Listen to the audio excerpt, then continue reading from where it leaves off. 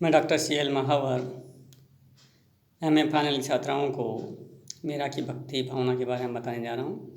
ध्यान से सुनिए। मीरा राजस्थान की नहीं बल्कि पूरे हिंदुस्तान की प्रथम महिला थी जिन्होंने भगवान कृष्ण की भक्ति अपने महल को छोड़कर साधु संतों के साथ में मंदिरों में जाकर के की। वह सशक्त महिला थी, वह शक्तिशाली महिला थी जिसने कि उस समय समाज के सामाजिक जो बंधन थे, नियम थे, उन बंधनों को तोड़कर उन बंधनों से मुक्त होकर के जो भगवान की भक्ति की वो अनन्य भक्ति थी। और जो उसने काव्य रचना की उनका काव्य रचना भी महत्वपूर्ण था। तो ऐसे भक्तिमती मीरा की भक्ति की भावना के बारे में बताने जा रहा हूँ। देखिए, मीरा की भक्ति लौकिक प्राणानुभूति से अलौकिकता में परिवर्तित हो गई थी।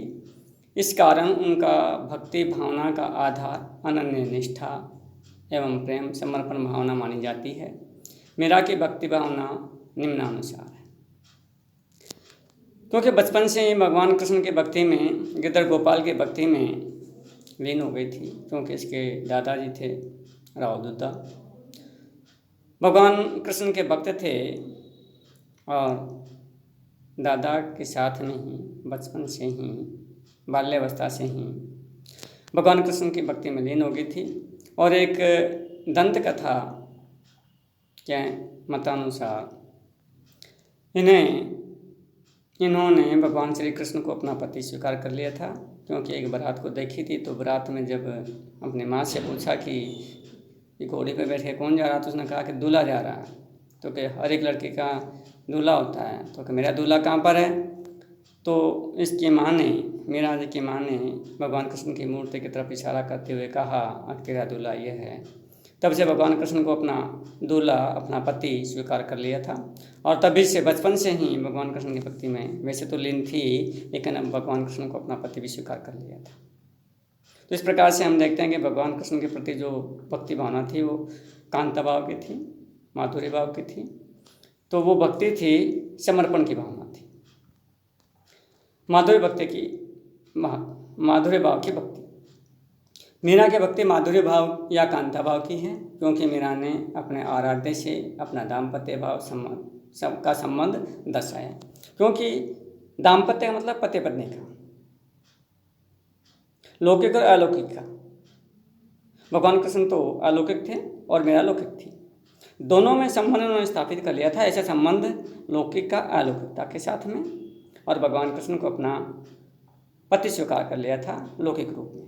पर लौकिक रूप में स्वीकार कहाँ से करें, जो मूर्ति थी उसी को लौकिक मान लिया था और मूर्ति को अपना आराध्य पति स्वीकार करके भगवान कृष्ण के प्रति भक्ति में लीन हो गई थी। तभी तो उन्होंने कहा, मेरे तो गिरधर गोपाल दूसरों ने कोई, जाके सिर मोर मुकुट मेरो पति सोई। यानी जिसके सिर पर मोर मुकुट है और भगवान कृष्ण के अलावा, भगवान गिरधर के अलावा मेरा इस दुनिया में कोई नहीं है। क्योंकि मेरा पति है, मेरा परमेश्वर है, वही है। और पति से बढ़ करके कोई भी नहीं होता है, ईश्वर भी पति से बढ़ करके नहीं होता। इसीलिए मीरा ने कहा कि मेरा तो पति वही है जिसके सिर पर मोर मुकुट है। इसलिए मीरा की भक्ति माधुर्य भाव की थी, कांता भाव की थी और भगवान कृष्ण को, गिरधर गोपाल को अपना पति स्वीकार कर लिया था। तभी तो कहा कि जहाँ के सिर मोर मुकुट है मेरो पति सो। तो इस प्रकार की भक्ति, समर्पण की भावना मीरा के मन में। नंबर 2, आराध्य का रूप चित्रण। यानी भगवान कृष्ण की विविध रूप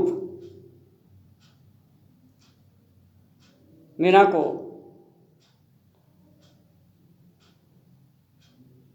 उन्होंने व्याख्यात किया, रेखायत किया।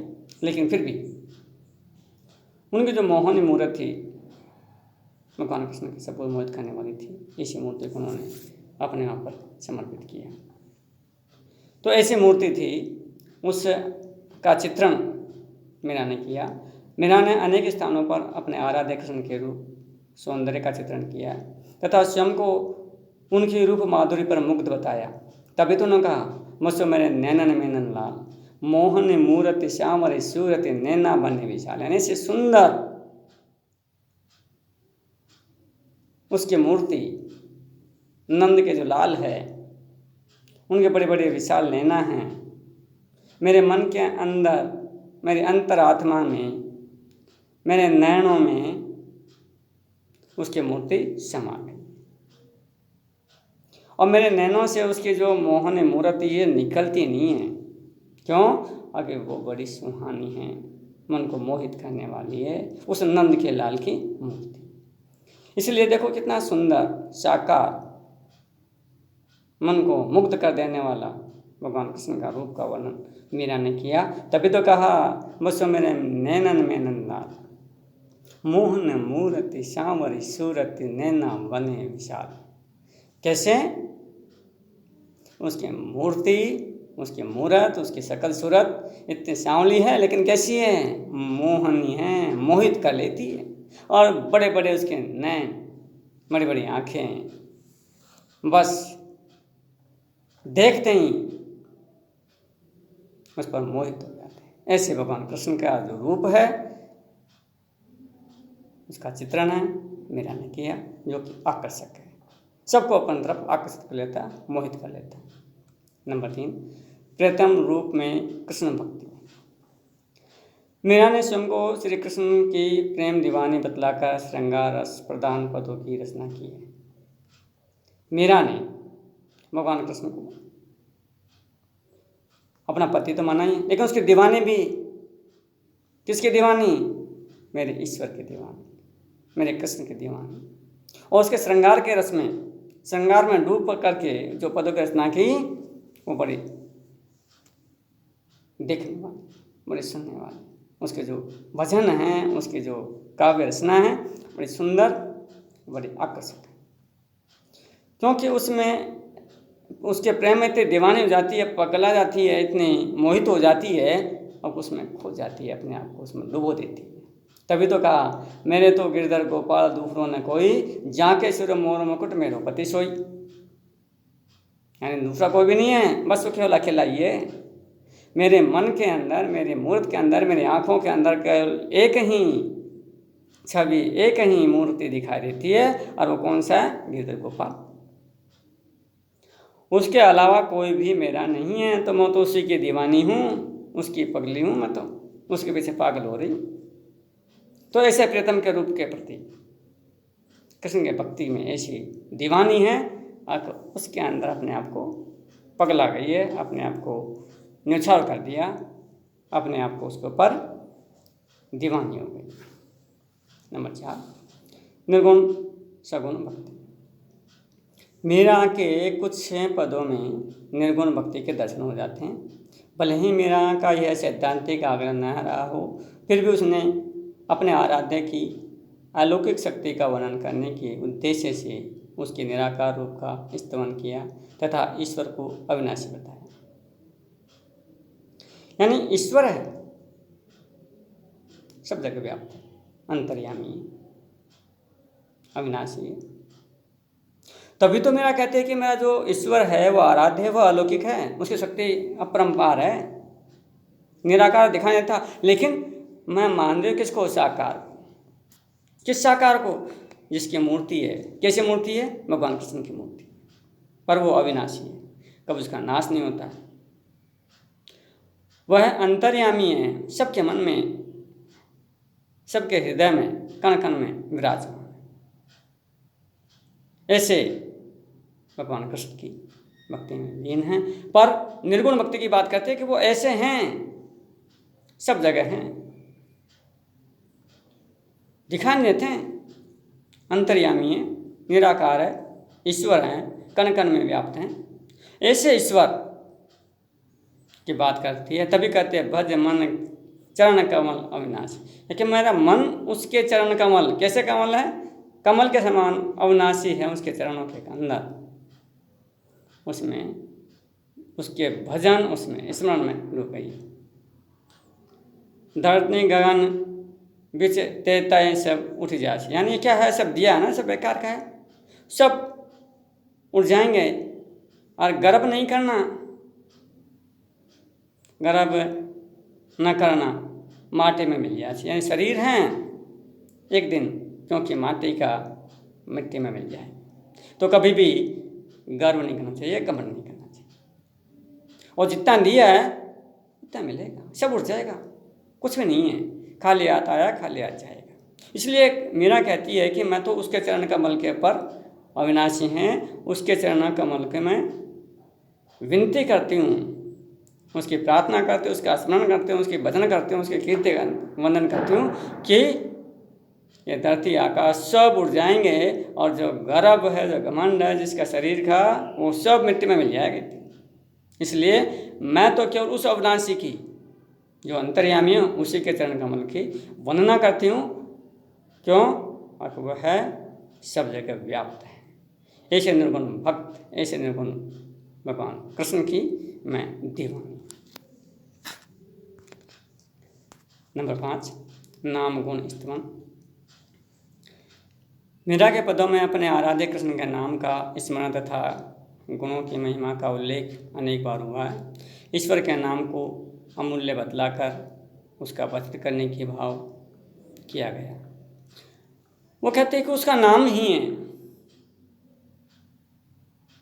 नाम की महिमा, उसका नाम ही अमूल्य है। इसलिए रामायण में भी लास्ट में जब बताते हैं तब वो कहते हैं कि मैं तो हनुमान जब भक्ति करते हैं, जब बात करते हैं तो मेरे राम, यानी वो कहते हैं राम नाम में इतनी शक्ति है। तो यानी शक्ति किस में? केवल उसके नाम में। किस में?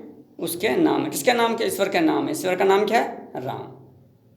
तो राम नाम रस पीजे, तभी तो कहती है कि मैं भजन करती हूँ, कीर्तन करती हूँ, उसके ऊपर न्यौछावर होती हूँ। किसके ऊपर? राम नाम। तभी तो कहते हैं राम नाम रस पीजे मनवा, राम नाम रस पीजे, मेरा मन राम ही राम रटे रे, राम नाम जप लीजे प्राणी कोटि के पाप कटे रे। यानी करोड़ों जो तेरे पाप कट जाएंगे एक क्षण के अंदर। कब? लेकिन जब सच्चे मन से भगवान राम ईश्वर का नाम लेने से, ईश्वर का नाम लेंगे सच्चे मन से तो निश्चित रूप से जो आपके करोड़ों जो पाप हैं एक क्षण के अंदर ही कट जाएगा। तो इस प्रकार से मेरा उसके गुणगान का, किसके गुणगान का? राम का। कौन से राम का? अविनाशी राम का। और इसीलिए कहते हैं कि उसका रसपान कीजिए, उसी में आनंद है, उसी में मुक्ति है, उसी में सारे कष्टों का निवारण है। किसमें? उसके जपने में। किसके जपने में? केवल राम का नाम जपने में। इसलिए हे प्राणी, केवल तू उसी का जप कर, उसी का नाम ले, जिससे कि तेरे संसार के सारे पाप, सारे कष्ट दूर हो जाएं। और वो क्या है? राम का नाम। नंबर 6, नवदा भक्ति। हिंदू परंपरा के अंतर्गत जब भक्ति की बात करते हैं तो भक्ति 9 प्रकार की भक्ति, इसको नवदा भक्ति कहते हैं। नवदा भक्ति 9 भक्ति इस प्रकार से मानी गई है: गुण श्रवण, स्मरण, कीर्तन, चरण सेवन, अर्चन, पाद वंदन, दास्य, सख्य एवं आत्मनिवेदन। इस प्रकार से ये पूरी हिंदू परंपरा के अंतर्गत, हिंदू धर्म के अंतर्गत जो 9 भक्ति है, 9 भक्तियों को इस प्रकार से की जाती है। और 9 भक्ति के प्रकार ये हैं, इसको कहते हैं नवदा भक्ति। तो मीरा ने भी दास्य भाव की, अनेक स्थानों में दास्य भाव की बात करी है। मीरा ने अपने आप को दास बना लिया और अपना पति भी बना लिया। करो अबला कर जोर, श्याम तुम्हारी दासी, यानी मैं तो अबला हूँ, हाथ जोड़ करके तुम्हारी दासी हूँ, हे भगवान, हे श्याम। देखिए दासी बन रही है, दासी बन के कर रही है और वहाँ पर अपना पति स्वीकार कर रही है। अगर मेरा पति मेरे सिर, जहाँ के सिर मोर मुकुट मेरे पति सोई, और यहाँ पे क्या करें? मैं तो अबला हूँ, नारी हूँ, हाथ जोड़ के खड़ी हूँ, हे श्याम मैं तुम्हारी दासी हूँ। मेरा गिरधर गोपाल अवतारों में, क्योंकि संसार में मेरा कोई नहीं है, मुझे तारण करने वाला, मेरा उद्धार करने वाला, इस संसार से मुक्ति दिलाने वाला केवल तू ही है। अवतार तो मुझे इस संसार रूपी सागर से मुक्ति प्रदान कर दो। तो ऐसा आत्मनिवेदन, ऐसी बात मीरा नवदा भक्ति की अंतर्गत करती है। तो भक्ति की जब बात करते हैं तो मीरा की भक्ति कांता भाव की, दास्य भाव की एवं इसे कहें कि उसके माधुर्य भाव की थी। भगवान कृष्ण को अपना पति मान करके जो भक्ति की वो अनन्य भक्ति थी। और जो भक्ति के रूप में जो पद लिखे सहज सरल बोलचाल की भाषा में, इसीलिए मीरा के पद प्रचलित हैं, आज भी जीवंत हैं, लोगों की जुबान पर हैं। क्यों? क्योंकि सहज सरल और हृदयगामी। इसलिए अन्य भक्तों के बजाय मीरा के भजन आज भी लोक में, जगत में, संसार में प्रसिद्ध है।